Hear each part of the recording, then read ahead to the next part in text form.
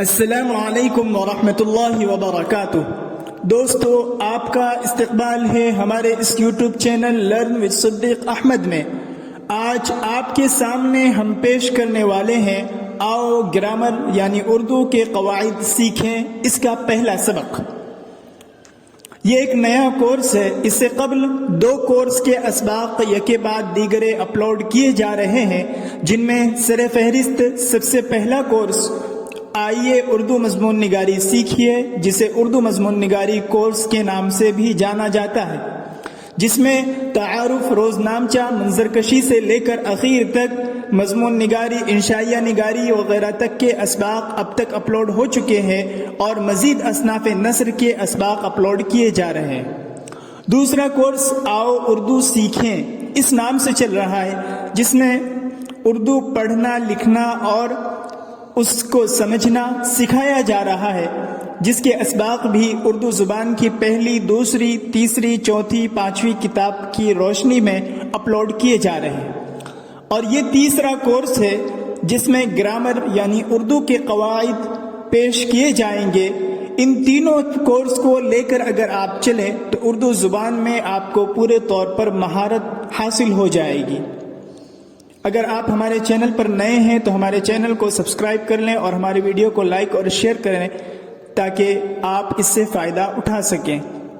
آئیے چلتے ہیں سبق کی طرف۔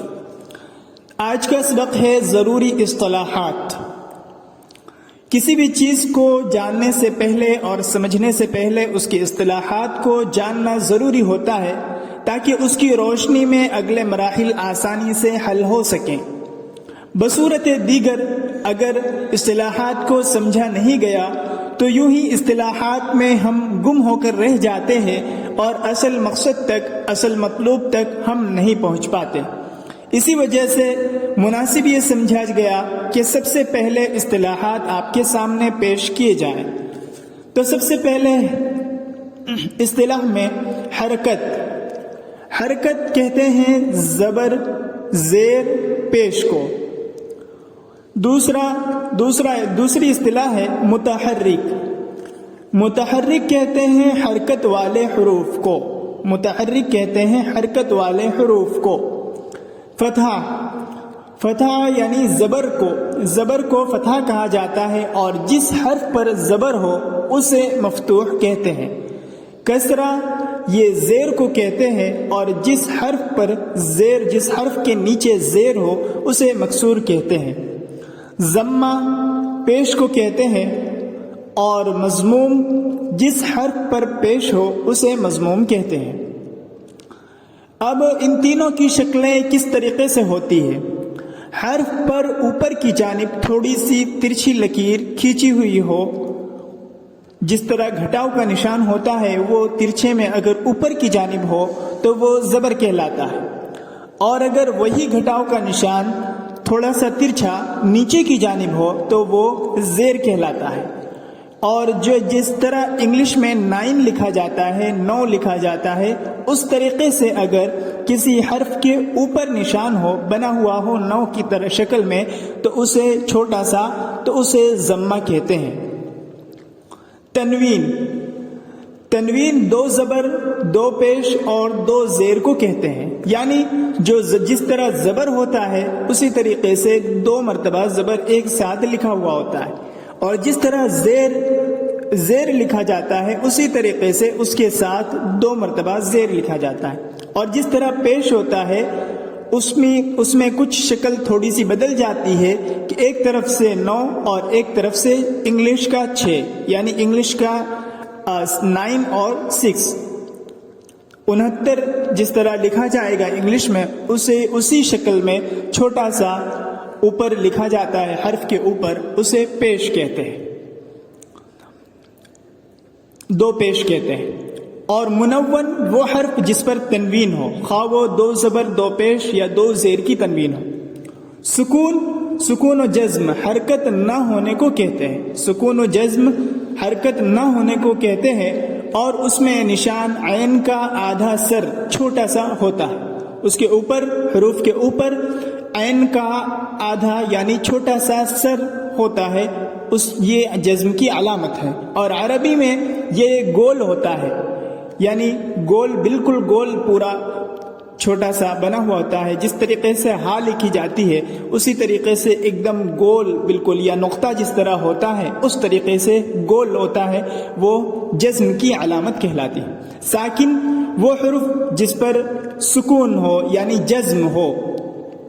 مشدد وہ حرف جس پر تشدید ہو، تشدید والے حرف کو کہتے ہیں. جیسے دابتن، دابہ، اس پر با کے اوپر جو تشدید ہے تو اس تشدید کے حرف کی ادائیگی 2 مرتبہ ہوتی ہے، اور اس پر جو علامت ہوتی ہے وہ تین طرح کی لکیر ہوتی ہے، اور وہ تینوں لکیریں ایک ساتھ ملی ہوتی ہے. جیسے سین کا شوشہ ہوتا ہے، سمجھے وہی سین کا شوشہ اوپر سے کاٹ کر اگر الگ کر دیا جائے تو وہ تشدید کی علامت بن جائے گی.